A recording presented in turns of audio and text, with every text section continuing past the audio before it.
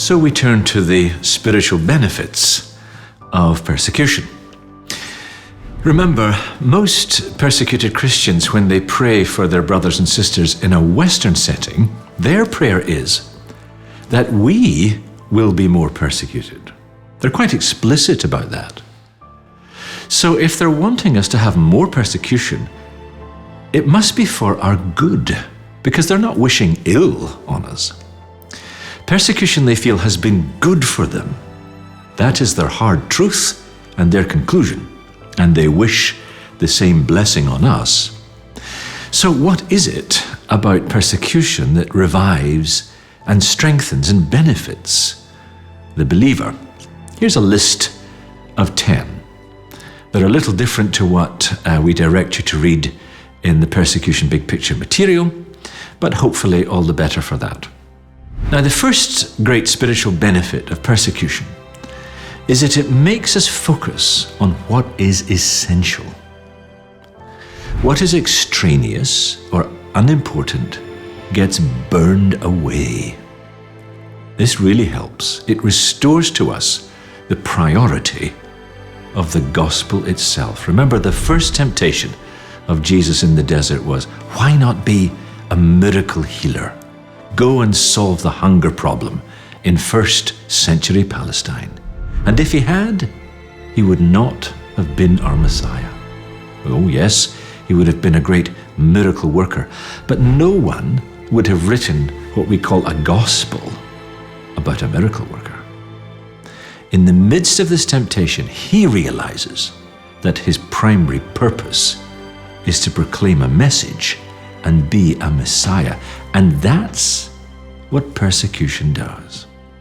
Persecution forces us to look at something and say, well, that may be important, but is it the most important thing?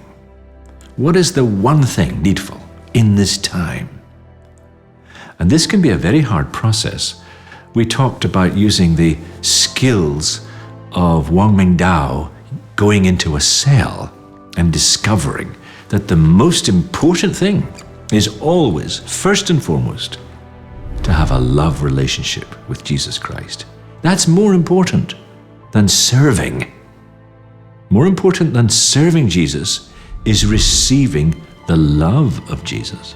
Another line from Wang Mingdao is very good on this. He says, in a time of persecution, you have a choice. You can save the church at the expense of the faith, or the faith at the expense of the church. It's a wonderful line. Now, the second great spiritual benefit of persecution is that we are forced to pursue unity as a tactic of survival. One of the great stories in some ways of survival in the last 10 years may be the Syrian church.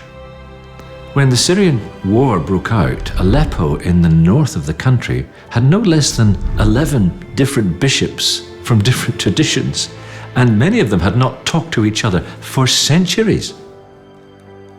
But then the war broke out, and they got together and they said, we can't afford not to be united through this time. And it's quite remarkable what has happened to some of the church in that land. So it pushes people together. They have to, because this is how they survive.